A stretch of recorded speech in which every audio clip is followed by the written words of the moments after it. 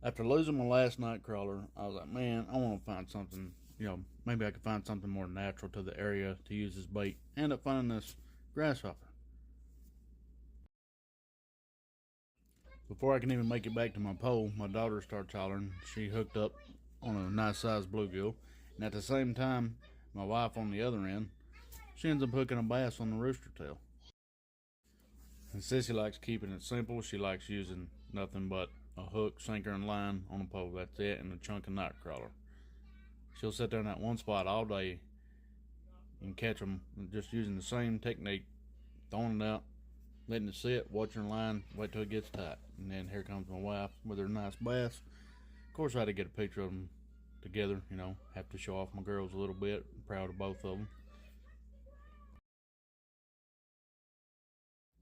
Getting back over to my pole, got to find the hook.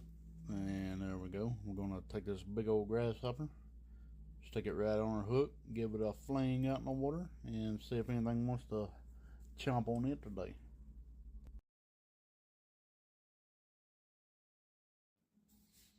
I cast it out in a few different areas, wasn't really getting a bite, so I decided to reel it in, going to move down, try another spot.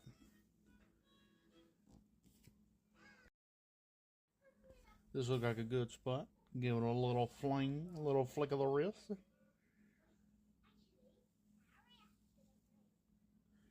can't really see much, but I was getting a few little nibbles. I decided to bring it in a little bit, maybe.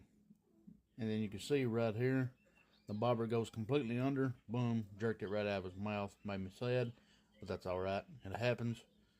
While looking for another grasshopper, I did end up finding this artificial crawdad hook and bullet sinker. Gonna go ahead and stick that in my tackle box.